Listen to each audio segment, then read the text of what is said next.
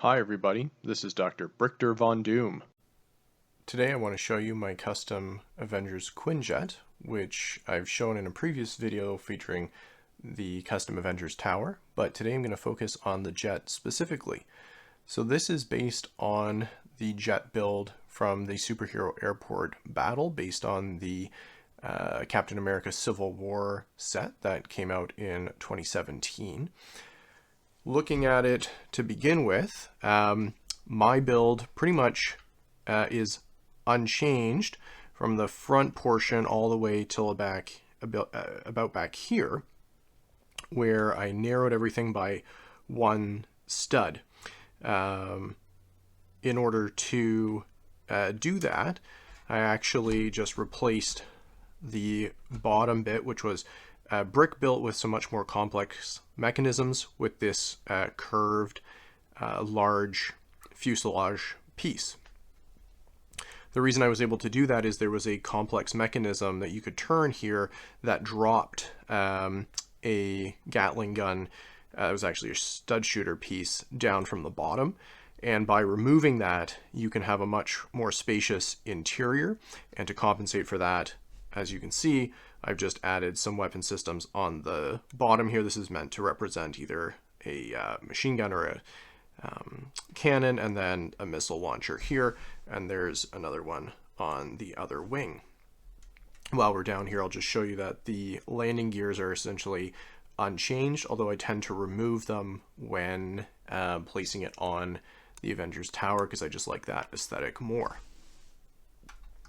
So the front, as I was saying, was pretty much unchanged. This is now smoothed over because the mechanism is removed. This was shortened and smoothed, and then this part back here was modified just a little bit. The biggest changes were that there used to be an extra flap that came down like this. As I shortened it, I removed that and just went to the engine sections, which I actually like. And because the whole build was shortened, I actually also shortened the wing. There used to be an additional connecting piece here with this tip further out. So it was actually a 3-part wing. I've shortened it to a 2-part wing, and that fits better on the tower. And I think because it's shortened, you still get a decent wingspan aesthetic for the whole jet. And then looking at the back, this is where the biggest changes were made, just to make the engines look nicer, in my opinion. I replaced the 1x2 brick stud with, instead of bright red orange pieces, a trans orange piece. And I think that that gives a nicer aesthetic to the 3 engines, which I otherwise kept intact. The original build actually had a much more shallow slope piece. Instead of this one steep black piece, it was a shallow black piece that went all the way up here. And because of that, and because the build was actually taller, I had to modify this back piece significantly. The only downside to that is if you're not careful, this whole piece can pop right off because it's just a shallow 2-stud attachment. So that's the biggest drawback in the design.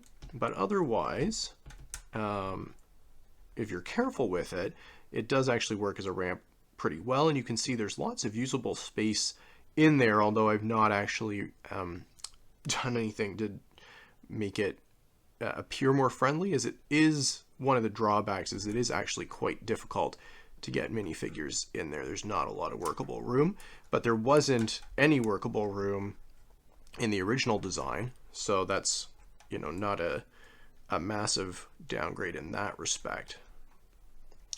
And of course you can still fit your minifigure in the cockpit. It still opens up just as well. And I haven't put a seat there because sometimes you want to sit them here. You can have a co-pilot sitting back there. You can actually still fit quite a few minifigures in there. Another small change, there used to be a trans yellow stud that would go right there.